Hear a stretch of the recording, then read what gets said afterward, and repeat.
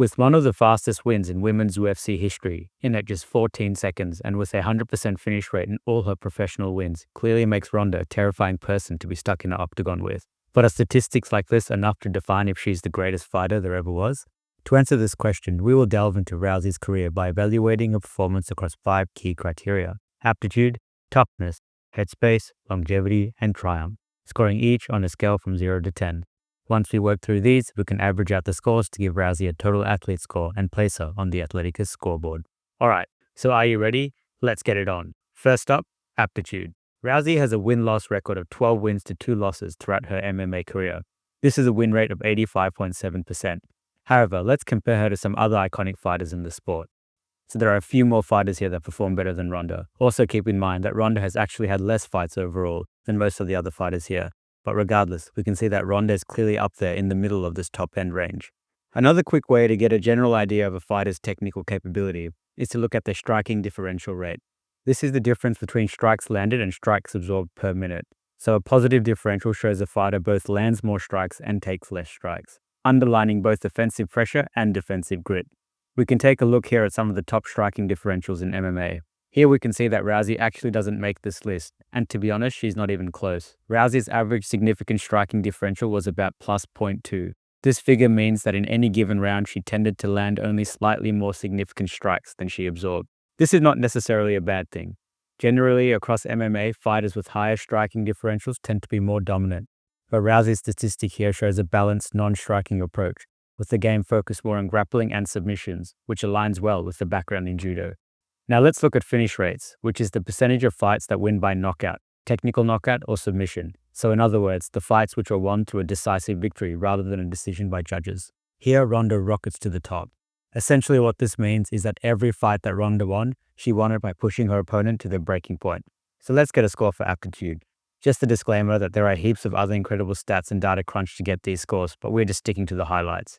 This one is interesting because in a lot of ways, the statistics show that Ronda actually wasn't the best fighter technically, but she was winning. And to me, this is unique in that it shows that Rousey's aptitude in MMA is simply a counterexample to what would normally be expected to succeed in the sport. Regardless, one thing is clear, Ronda could fight. So for aptitude, we're giving her an 8.5. Okay, so toughness. If there is one sport in the world that is really going to test your toughness, well, it's mixed martial arts. The ability to take hits, grapple your opponent, knock out your opponents, endure submission attempts, and simply fight another person for an extended period of time pushes the physical capabilities of the human body to the limit. So one way to check toughness in MMA is by using a statistic called significant strikes absorbed per minute. I'll refer to it as SAPM. This is the average number of significant strikes a fighter takes per minute in the cage. So a fighter with a higher SAPM takes more hits, and a lower SAPM indicates the fighter is harder to hit, or in other words, better at evading and blocking strikes. Across all MMA competitions, fighters on average absorb roughly 2.5 significant strikes per minute. Ronda Rousey's career's SAPM is 4.14, meaning she absorbed just over 4 significant strikes per minute on average across her fights. This is interesting because that actually means she's taking more hits than average, implying that she actually isn't particularly good at defending. But remember that in the end, she won most of the fights. So one way to look at this is that it's just a very tough way to fight. Ronda would take the hits but keep pushing through to ultimately win in most cases. Now let's look at submission attempts against per 15 minutes. Fewer attempts against indicates strong submission defense awareness. Ronda sits at 3.03 attempts against her per 15, which is one of the best stats in the sport. Also, Ronda never lost by submission, so her career submission defense sits at 100%, meaning she successfully thwarted every opponent's submission attempt. Now let's try a look at some stamina. MMA fighters need to train their bodies to endure combat for a full-length fight, which can last from 15 to 25 minutes. Ronda Rousey's fights, on average, lasted about 1 minute and 14 seconds. This is an extraordinarily short average, especially considering the average typical UFC fight lasts 11 minutes. Generally, longer average time suggests excellent conditioning and the ability to fight deep into rounds, implying increased endurance and stamina capability. In Ronda's case though, she barely ever actually fought that long. Here are her 3 longest fights, noting that every other fight of hers outside of these 3 lasted less than 1 minute. When we took a deeper dive into her stats during these 3 specific fights, we found that her offensive output decays over time and her damage taken accumulates faster as time goes on. So in short, she can't strike as much and her defense gets worse as time goes along, implying that stamina and endurance probably aren't her strong points. but even in saying that, she still won these fights. This one is hard. Ronda beat her opponent so quickly most of the time that a lot of stats are really difficult to consolidate and understand. What's clear is that she's an early striker and a good one at that. However, she also got knocked out twice in under a minute, showing some slip in her capabilities. Despite this, I think it is clear that Ronda was tough. She was scary, she was strong, she could take hits, and she was fast. So overall, it's a solid 8 for toughness. Next up, Headspace. If you want to win in an MMA fight, you want to make sure you can get into your opponent's head. There are two key elements that we look at here to judge a fighter's headspace. Firstly, ground control time. As the name says, this is the total time spent controlling an opponent on the ground. A high ground control time not only wears opponents down, but shows that the fighter has the focus and confidence to get their opponent in this position, dictating the direction that the fight goes. Ronda Rousey's ground control metric averaged around 38 seconds per round. This is widely regarded as exceptional in women's MMA. The average is noticeably less time on the ground, more in the 20 to 30 second range per round, as other fighters' strategies tend to favor stand-up striking over sustained mat control. Ronda clearly has an aggressive, high-impact grappling style. Her methodology, rapid engagement, efficient transitions, and immediate pressure is definitely one that takes a lot of confidence to do, and something she clearly executed continuously throughout her career.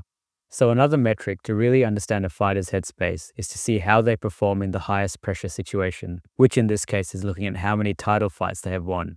Before her 2 losses, Rousey was undefeated in title fights, which was part of what made her such a dominant figure. However, her overall record in fights contested for a title stand at 6 wins to 2 losses, which is a 75% success rate. Let's look at some other fighters here. While Rousey has an impressive title fight resume and set the benchmark for domination in title fights, many other fighters have now surpassed her. It is clear that when Ronda is in her element, with early striking going well and getting her opponents into grapple positions, she is totally in the game. But when things start to change and leave her comfort zone, we start to see some cracks in her focus. So it's a respectable 7 in the headspace department. Next up, longevity. Rousey's career in MMA spanned from 2010 to 2016, which is generally defined as a short but impactful career. So let's look at how she performed over the years. This graph shows how Rousey's strikes landed, her SAP-M, mentioned earlier, and her defensive quality have evolved across her MMA career. Overall, the time series paints a clear narrative. She clearly peaked at the start of her career with a slight mid-career bounce back and then a challenging late career. Generally though, she was always in decline across all her statistics. Her ability to defend against strikes, her ability to land strikes, and the number of strikes she was taking all got worse over time, which ultimately ended in her 2 knockout losses. This timeline vividly captures her rapid rise, peak competitiveness, and eventual fall in MMA. It shows that while Ronda was an elite fighter, she struggled to maintain the capability over the years to really prove it for the span of her career. At the end of the day, she did still win fights, so there are definitely points there, but overall, for longevity, it's a 6. Time for the final category, triumph. To date, Ronda has achieved the UFC Bantamweight Champion, the MMA Strikeforce Bantamweight Champion, 6 consecutive title defenses in UFC, Olympic bronze medal in judo, and one of the fastest submissions in UFC history. Ronda Rousey's achievements stand out not just for the titles she collected, but for the revolutionary impact she had on MMA. She redefined the sport with her swift, decisive finishes and title defenses that set a benchmark for efficiency and dominance. Her triumphs may be eclipsed now by many fighters, but they paved the way for future generations, which will forever make her an icon in the world of combat sports. Overall here, it's a 7. Ronda Rousey's statistical legacy in MMA isn't just about the wins. It's about the method and speed with which she dismantled her opponents, reshaping how dominance is measured in combat sport. With all scores considered, this gives Ronda a total athlete score of 7.3, putting her in current 3rd place on the Athletica scoreboard. So is Ronda the greatest fighter? I think at some point in her career she may have been. But as the league got more serious and the competition started to grow, the other fighters simply caught up, and in many cases outclassed her eventually, and she just couldn't keep up. Anyways, if you enjoyed this video, please don't forget to strike that like button, hit subscribe, and ring the bell notification so we can keep scoring athletes. Thanks for watching, team. Catch you at the next one.